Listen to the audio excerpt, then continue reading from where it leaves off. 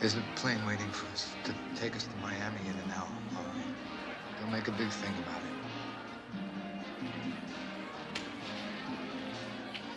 I know it was you, Fredo. You broke my heart. You broke my heart.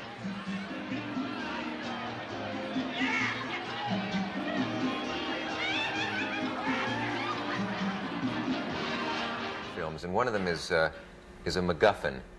Can you explain what a MacGuffin is? Yes, a MacGuffin you see in most films about spies.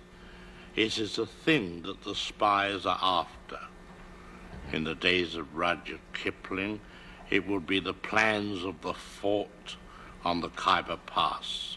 Mm-hmm. It would be the plans of an airplane engine and the plans of an atom bomb, anything you like.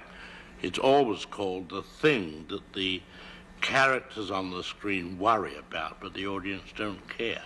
Mm-hmm. And someone asked, what is a MacGuffin? And it's described in a scene in an English train going to Scotland, and one man says to the other opposite him, he said, what's that package above your head there? And the other man said, oh, that's a MacGuffin. He said, well, what is a MacGuffin?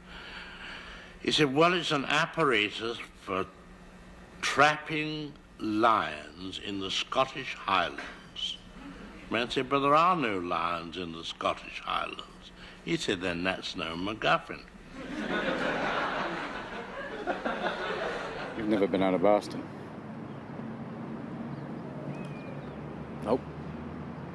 So if I asked you about art, you'd probably give me the skinny on every art book ever written. Michelangelo.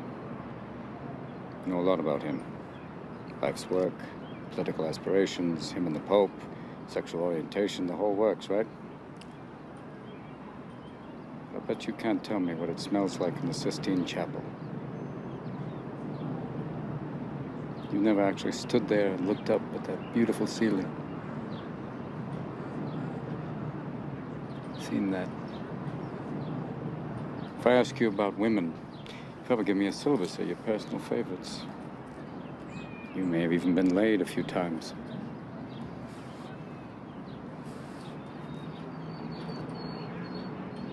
But you can't tell me what it feels like to wake up next to a woman and feel truly happy.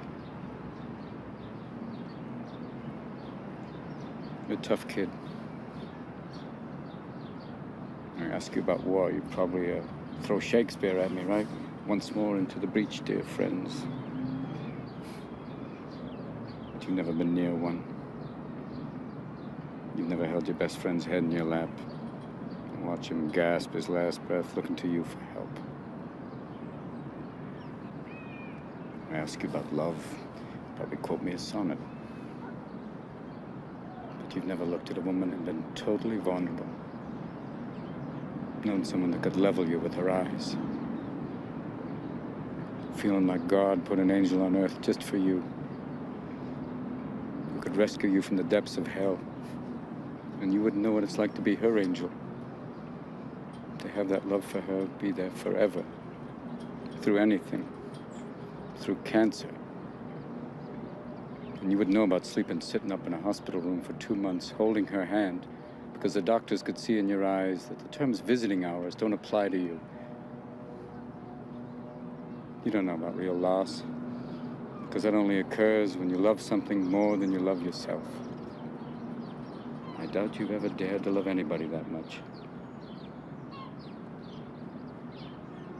I look at you, I don't see an intelligent, confident man.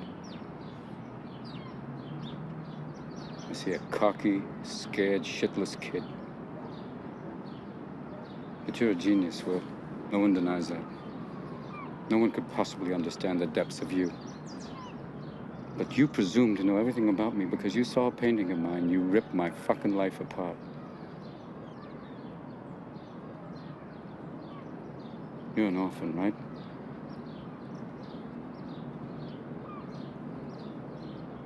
Do you think I'd know the first thing about how hard your life has been? How you feel? Who you are? Because I read Oliver Twist? Does that encapsulate you? Personally, I don't give a shit about all that, because you know what? I can't learn anything from you. I can't read in some fucking book. Unless you want to talk about you, who you are. Then I'm fascinated. I'm in. But you don't want to do that, do you, Sport? You're terrified of what you might say.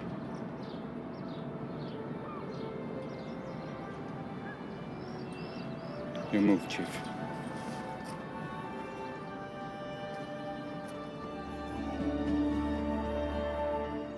Now, this is a most important award, aside from the obvious reasons, simply because this year's foreign film is eligible for next year's Best Picture Award.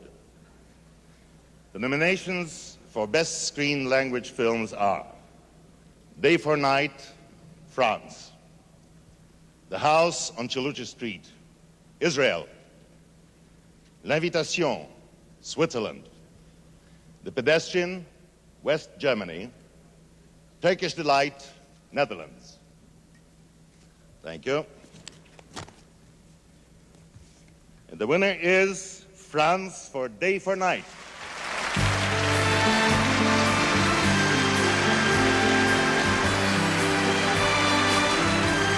Accepting the award for France and Day for Night, the producer-director, Mr. Francois Truffaut.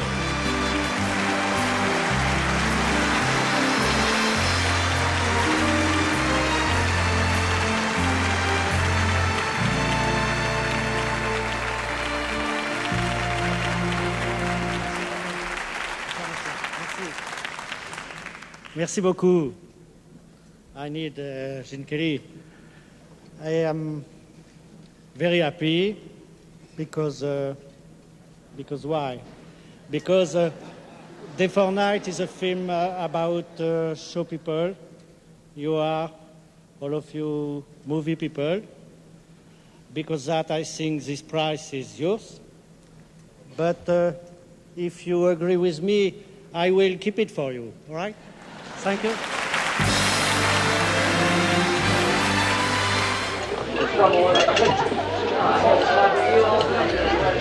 you ever hear one about the trapeze artist who got divorced? Caught his wife in the act.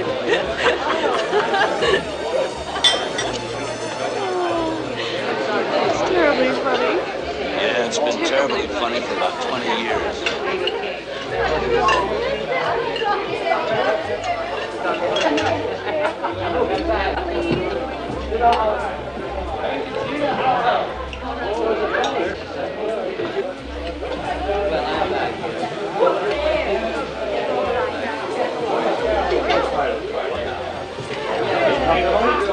Excuse me for a minute, sweetheart.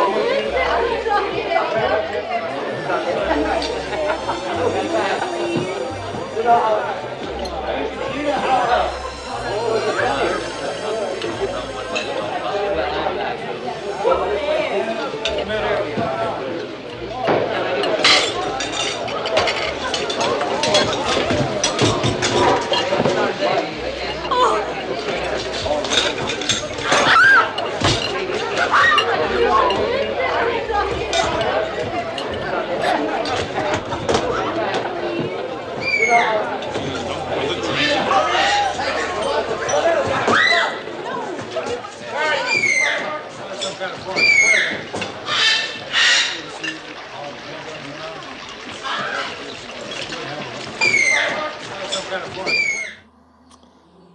ska faktiskt tala om för dig hur jag ser på förhållandet mellan konstnären och publiken. Och jag ska göra det alldeles precis. Och jag ska göra det genom att berätta en liten historia som jag för väldigt många år sedan fick höra. Och som jag tycker har betytt väldigt mycket för mig. Det var nämligen så att någon gång på medeltiden så fanns det i Kina en träsnidare som fick i uppdrag att snida ett klockställ till tempelklockorna. Och det var nu ett mycket hedrande uppdrag för den här kinesen. Och han satte igång och började med sitt arbete.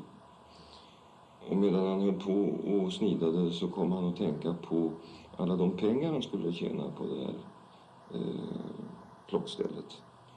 Och hur det bar sig så misslyckades han med sitt snideri. Och eftersom han var en ambitiös hantverkare och en ambitiös kines så började han om från början igen. Men det ville sig inte bättre än att medan han höll på andra gången så kom han att tänka på att han skulle vinna människors kärlek genom att det här klockstället skulle bli så ruskigt vackert. Och då misslyckades han igen. Och då slog han sönder klockstället och började om för tredje gången. Men då slog de plötsligt att han faktiskt skulle kunna bli odödlig genom det där klockstället. Och då misslyckades det för tredje gången för honom. Då blev den här kinesen så arg som en träsnidande kines överhuvudtaget kunde bli. Och så beslöt han sig för att börja om för fjärde gången. Och då tänkte han bara på en sak, nämligen på det att han skulle göra ett klockställ. Och den gången lyckades han, och då vann han både kärlek, pengar och odödlighet.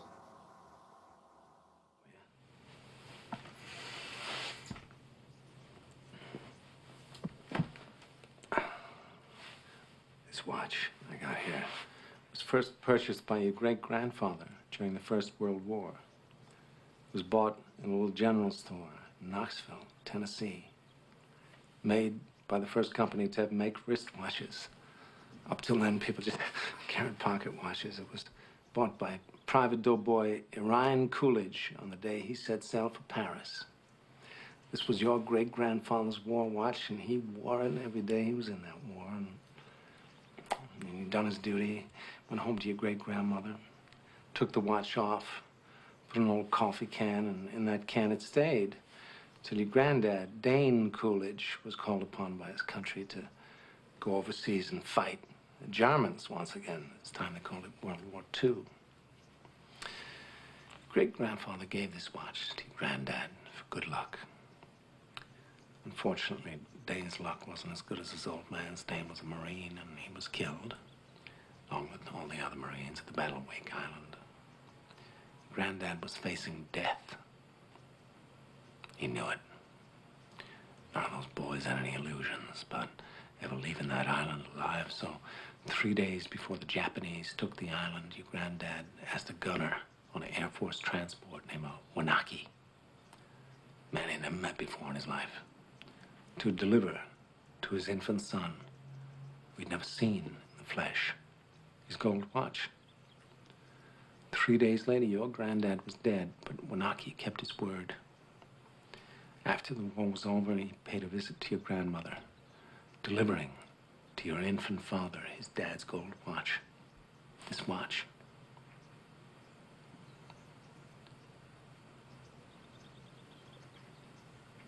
This watch was on your daddy's wrist when he was shot down over Hanoi. He was captured, put in a Vietnamese prison camp. He knew that if the gooks ever saw the watch, it'd be confiscated, taken away. The way your dad looked at it, this watch was your birthright. You'd be damned if any slope's gonna put the greasy yellow hands on his boy's birthright. So he hid it. In one place he knew he could hide something, his ass. 5 long years he wore this watch, up his ass. Then he died of dysentery. He gave me the watch. I hid this uncomfortable hunk of metal up my ass 2 years. Then, after 7 years, I was sent home to my family, and now, little man, I give the watch to you.